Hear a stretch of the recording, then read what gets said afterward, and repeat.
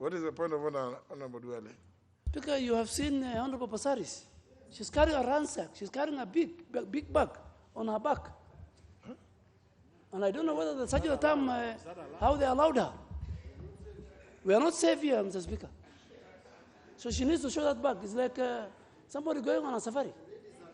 It's not a lady's handbag, but that's not a lady's handbag. What kind of, what is it? Can you show the handbag? Honorable Passaris, what is? Now, where is the handbag? Show the handbag. Mr. Speaker, I don't know what is it with the majority leader. He seems to be so observant with everything that I do, from the thermos now to my handbag. I have a problem with my back. I have a slip disc, and my doctor has advised that I balance the weight on my back, so I'm carrying a backpack. And I've gone through the surgeons of arms. They've checked my bag, and I want to tell the majority leader that my handbag is private, and he's not in security, so I won't allow him to check what's inside my bag. But I think we should trust the surgeons. He's not demanding to check. He doesn't do it. It is done by the. No, the surgeons of arms have checked my bag, and I explained to them that I have a problem with my back, so I'm carrying a backpack to balance the weight. Perfect. That's sufficient explanation. If the sergeant at arms is satisfied that what you are carrying is not a weapon of mass destruction, I think that's good enough. Honorable Bandi. Mr. Chairman, Mr. Speaker, you have already made a ruling, but the explanation given by Honorable Passaris makes a lot of sense because it appears it is a health issue case. But Mr. Speaker, I think we need to be clear on what kind of bags that we should carry to this house. We know ladies' bags is allowed, but when you start carrying rucksack, we will. One time I will come with a heavy bag on my head, and Mr. Speaker, we need to be clear on which type of bags are admissible in the house. And I think it is a lady's bag or a man's wallet or what do we call it? But carrying bags, we'll soon start bringing to this house huge bags on our heads. And some will come with kiondos, Mr. Speaker. And I think it will be a mess. So we need to be clear on what bags are admissible. Thank you. No, let's not go there. Honorable Yamai, what is... No. Thank you, Honorable Speaker. You know, when Honorable Passaris was walking in, Honorable Speaker, I observed the Honorable Duale. And he observed her from the time that she entered all the way to the time that she sat. So it is important, Honorable Speaker, that Duale tells this House whether she was focusing on the bag or she was focusing on the Honorable Passaris. Thank you, Honorable Speaker.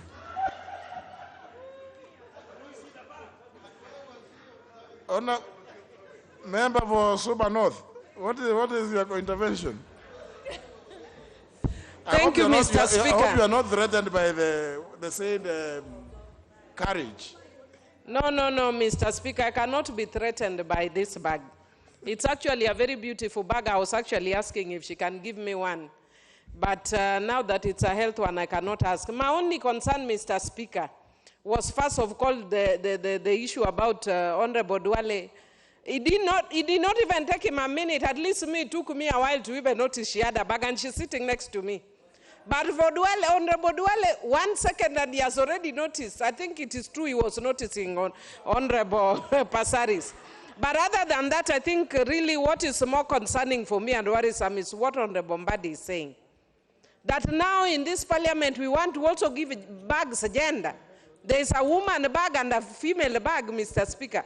He's saying that we must now determine which ones are being carried, rucksacks. Is there a rucksack that is feminine and masculine? So if that is the case, can they give me the gender of this bag? Is it a man bag or a woman bag, Mr. Speaker? No. Now they even want to take over the bags from us, Mr. Speaker. This one is for a woman. It's actually, the way I'm seeing it, is a Louis Vuitton. These ones do not even know brands. Yours you just get from River Road. Leave my sister alone.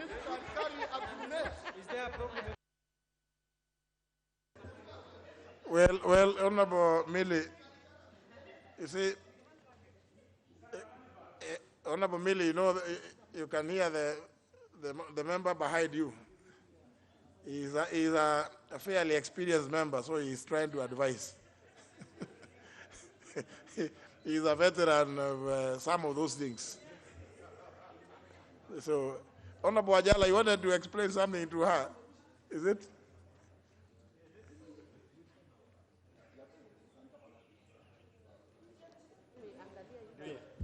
Mr. Speaker, my worry is this side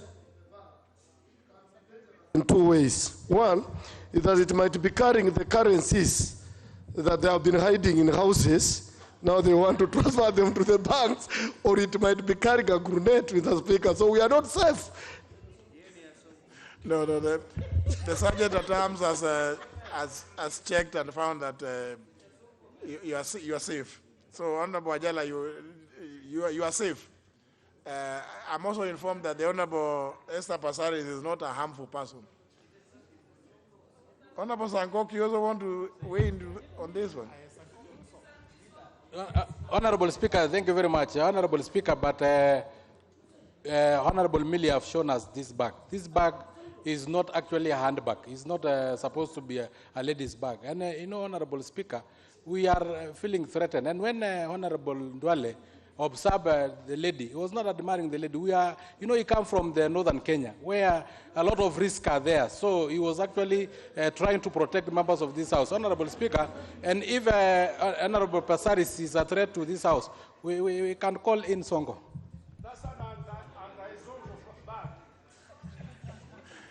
Well, I think that now that was a light moment. Honorable member, let's now let's now get on to business. Next order. Already been read out? Yeah, leader of majority. So, Speaker, based on what has happened, I can see the ladies are very jealous. The other ladies, including Millie and Rachel. So from now, I will have a timetable. I will be seeing each lady from the time she enters in future, because they are jealous of Esther Passaris.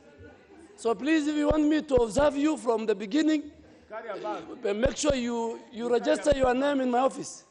No, you carry a bag. Yes, and you carry a bag. Mr. Speaker, Honorable Sonko cannot defend himself here, so I should not be dragged his name here. Who? The governor of Nairobi. No. There's nothing called anti-Sonko bag here.